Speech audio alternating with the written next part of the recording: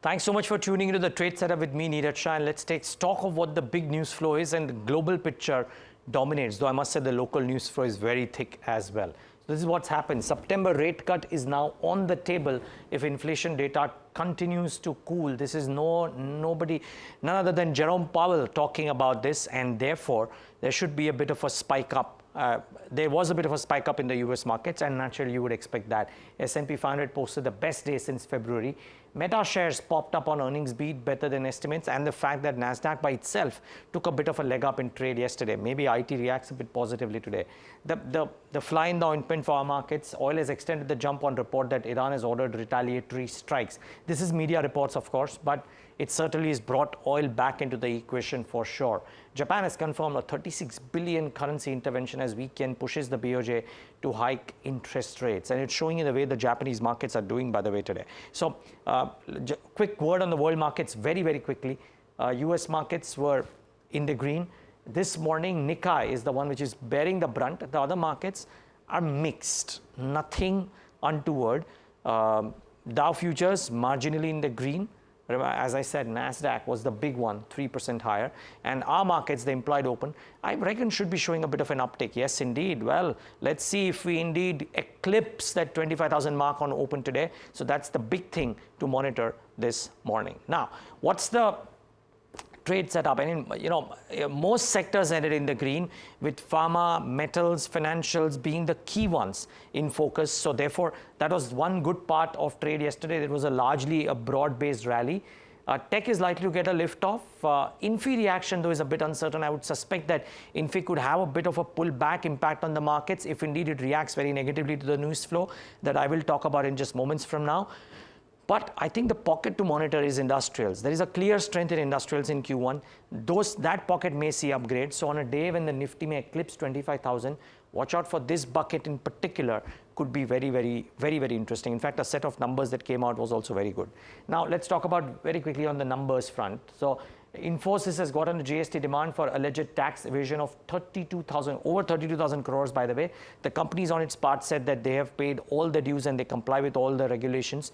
But I would reckon that the stock could see a bit of a reactive move today. So do watch out for this one. Speaking of reactive moves, maybe Wipro doesn't get as strong a one because the size of the contract, as always is the case, is not known. They've secured a multi-year contract with the global automotive supplier, Mahle, for, just the typical orders that they do get. Upgrade IT infrastructure with hybrid cloud solutions.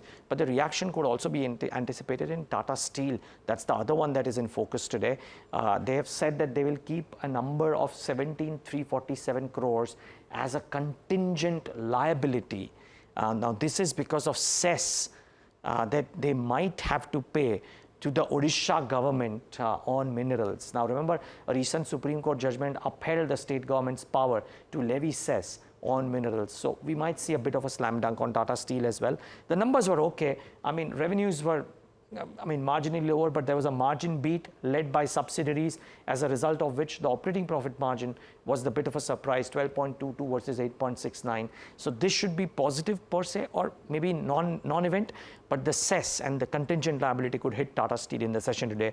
Watch out for this one. Now to pure, actually one more company which has got news flow to it, Lakshmi Cement. The numbers were bad, revenues down, operating margin performance weak, PAT number down, but the news flow might just help the stock a little bit in the session today. The news flow is that they have announced a restructuring, merging subsidiaries with itself, and the swap ratio with Udaipur Cements, one of the subsidiaries, is positive for the shareholders of Lakshmi Cement. Might just see a bit of an uptick today, so do watch out for that one in trade. Then Coal India, flat performance, but much better than estimated. So revenues up 1.33%.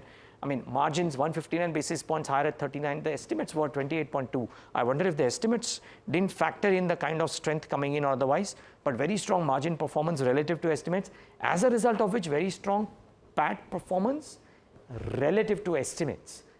Otherwise, just 5.69%, but because the estimates were so weak, maybe the stock reacts positively. Watch out for Coal India in the session today. Watch out for GTIL. Revenues were up 33.56% at 958 crores. The estimates were slightly lower, but the margin front, very strong performance, 19. The The estimates were 9.8, as a result of which the PAT performance much better than what was estimated. 134 crores, the estimates were 58 crores. Very likely that this stock sees a bit of a positive reaction in the session today. What else? Purvankara, very strong number. Revenues doubled, margin constant. PAT, therefore, performance much better than estimated. So watch out for PAT performance of Purvankara, much better than estimated. 4 crores was the estimate.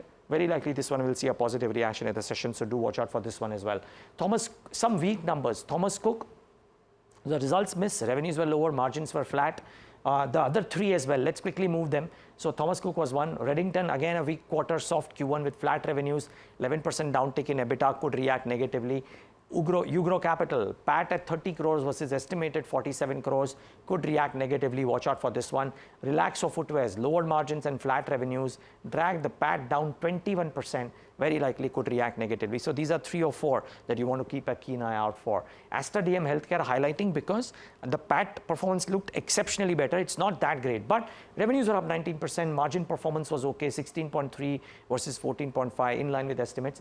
PAT was at 5152 crores because there was an exceptional item of 5148 crores. So keep that at the back of your mind. But good numbers per se may react. Some very quick brokerage calls. Nuvama came out with a note on Godrej Properties. They've upgraded the target to 3416 versus 2828. The current market price is 3219. They say they have done multiple things, including all-time high sales in Q1. So this is the first one. And then Mahindra & Mahindra is the second one, and Maruti is the third one. On Mahindra & Mahindra, I have the City note. City has raised the target to 3340 from 3010. Effectively say that while the PV outlook is not that great, the tractor outlook is looking very solid, and the price cuts that have happened in XUV 700 may not really impact the stock too much. So watch out for this one as well in the session today, and watch out for Maruti. A blowout performance yesterday on the margin front and the stock, and Maruti may well do too. So these are a few names that you should keep an eye out for, but the rate cut chatter only getting louder should help markets. Thanks so much for tuning into this leg of the trade setup.